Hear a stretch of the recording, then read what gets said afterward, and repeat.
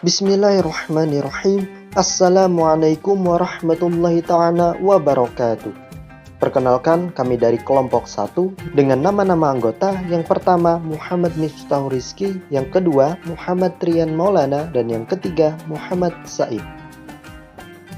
Dan di sini kami akan mencoba untuk menyampaikan materi yang pertama, yaitu tentang pengantar pembelajaran bahasa Arab di Madrasah Ibtidaiyah, yaitu tentang pengertian, sejarah, landasan, tujuan, dan urgensi. Langsung saja untuk materi yang pertama akan disampaikan oleh Muhammad Said, yaitu tentang pengertian dan sejarah bahasa Arab. Bismillahirrahmanirrahim. Assalamualaikum warahmatullahi wabarakatuh. Nama saya Muhammad Said. Baiklah, di sini saya akan menjelaskan yaitu bagian A tentang pengertiannya. Langsung saja, yaitu bahasa adalah alat komunikasi yang digunakan oleh setiap kelompok masyarakat. Setiap bahasa digunakan untuk berkomunikasi pada lingkungan yang sejenis. Pada dasarnya bahasa adalah alat berkomunikasi antara individu dengan lingkungannya. Dan secara umum bahasa kemudian disimbolkan dengan lafal atau ujaran. Bahasa Arab adalah alat komunikasi warga Arab dan menyebar ke penjuru dunia, sehingga bukan hanya dikenal di Arab, melainkan dikenal ke seluruh dunia. Selanjutnya kita masuki yang selanjutnya, yaitu bagian B, yaitu sejarah. Pada hakikatnya, eksistensi bahasa Arab di tengah peradaban dunia telah memiliki dimensi tersendiri. Karena bahasa Arab merupakan bahasa kitab suci Al-Quran, pembelajaran bahasa Arab memiliki sejarah yang sangat panjang, baik di dunia Arab, dunia Barat, maupun di Asia, termasuk di Indonesia. Akar sejarah bibit-bibit proses pembelajaran bahasa Arab telah ada sejak zaman klasik Islam. Nabi Muhammad sendiri yang dipersiapkan Tuhan menjadi Rasul, dikirim ke masyarakat Baduy untuk membina kemampuan berbahasa Arab yang fasih. Proses pembelajaran seperti ini berlangsung sampai pada zaman dinasti Umayyah. Memasuki zaman Abbasiyah, pola pembelajaran mengalami perubahan.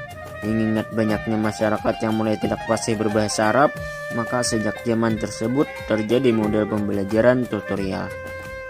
Dengan menyewa guru bahasa Arab untuk mengajar di istana khalifah, memasuki abad ke-18 dan ke-19, pembelajaran bahasa Arab di Barat telah mengalami perkembangan pesat.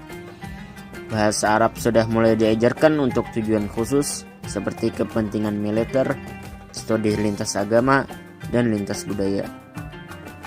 Metode yang digunakan masih berkisar seputar metode gramatika terjemah.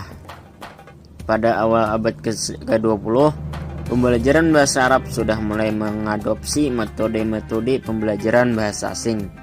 Meskipun demikian, keterikatan sebagian besar pengajar terhadap metode gramatika terjemah masih sangat kental. Namun, disinilah awal mula berkembangnya metode pembelajaran bahasa Arab di dunia Islam dan Barat. Terima kasih. Selanjutnya akan disampaikan oleh saudara Rian Maulana.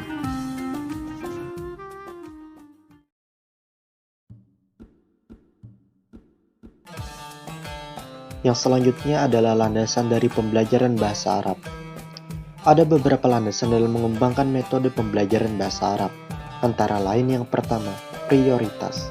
Yakni dalam pembelajaran bahasa Arab hendaknya lebih menekankan kegiatan berbahasa atau bahasa sebagai ujaran, tanpa harus terikat secara ketat kepada gramatika.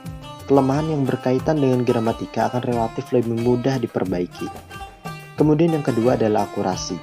Bahasa Arab memiliki karakteristik tersendiri hingga membutuhkan kecermatan dan ketelitian tersendiri pula dalam proses penyajiannya, termasuk pula kecermatan dan ketelitian dalam hal penyampaian materi, penggunaan metode maupun media pembelajaran. Selanjutnya yang ketiga adalah gradasi. Ada 5 penahapan dalam penyajian materi bahasa, yakni dari jenis materi yang mudah kepada yang sulit, dari jenis materi yang sederhana kepada materi yang kompleks, dari materi yang jelas kepada materi yang samar, dari jenis materi yang konkret kepada yang abstrak, dan dari jenis materi yang sering digunakan kepada materi yang jarang digunakan. Kemudian yang keempat adalah motivasi. yang dapat menimbulkan, mendasari, dan mengarahkan kegiatan belajar peserta didik. Motivasi terkait juga dengan kebutuhan hidup peserta didik pada umumnya, yang bersifat praktis, sehingga dalam mempelajari bahasa juga senantiasa dikaitkan dengan kebutuhan praktis tersebut. Motivasi akan membuat peserta didik senantiasa enjoy dan senang dalam belajar. Kemudian yang terakhir, yang kelima adalah pemantapan, yang dapat dilakukan dengan langkah pengulangan, latihan, dan tugas-tugas di luar ruang pembelajaran. Pengulangan dapat mendatangkan kemudahan karena ucapan yang pada pertama kali dianggap sulit oleh murid, dengan melakukan pengulangan beberapa kali, maka ucapan itu akan menjadi lebih akrab dan mudah diucapkan atau mudah diingat. Selanjutnya adalah tujuan pembelajaran bahasa Arab. Ada 3 kompetensi yang hendaknya dicapai dalam mempelajari bahasa Arab, yaitu yang pertama adalah kompetensi kebahasaan. Maksudnya adalah menguasai sistem bunyi bahasa Arab dengan baik, cara membedakannya dan pengucapannya, mengenal struktur bahasa, gramatika dasar aspek teori dan fungsi, dan mengetahui kosakata juga penggunaannya. Kemudian yang kedua adalah kompetensi komunikasi. Pelajar mampu menggunakan bahasa Arab secara otomatis, mengungkapkan ide-ide dan pengalaman dengan lancar, dan mampu menyerap yang telah dikuasai dari bahasa secara mudah. Kemudian yang terakhir, yang ketiga adalah kompetensi budaya. Memahami apa yang terkandung di dalam bahasa Arab dari aspek budaya, mampu mengungkapkan tentang pemikiran penuturnya, nilai-nilai adat istiadat, dan juga seni. Kemudian materi selanjutnya akan dilanjutkan oleh Muhammad Miftahul Rizki.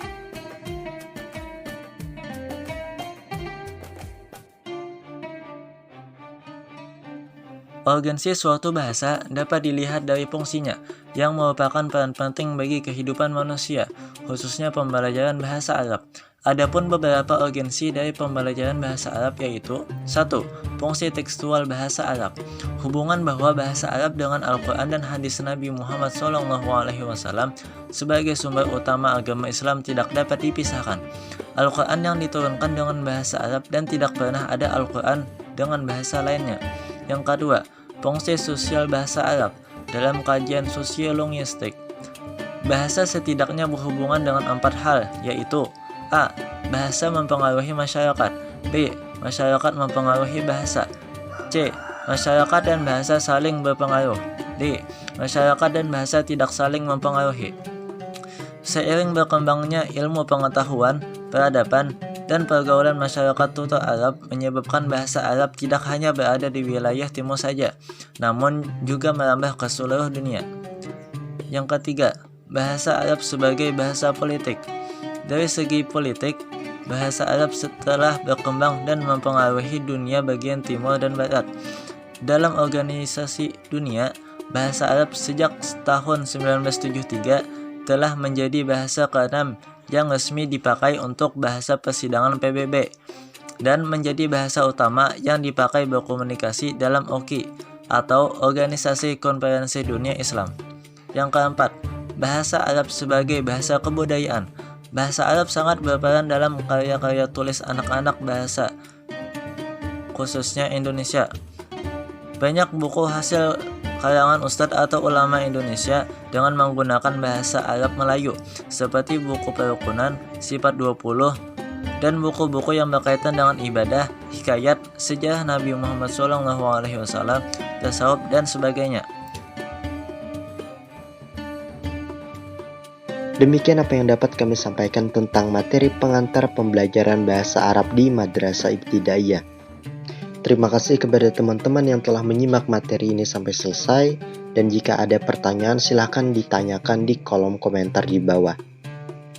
Demikian dari kami, salah hilafnya mohon maaf, wabillahi taufiq wal hidayah, wassalamualaikum warahmatullahi ta'ala wabarakatuh.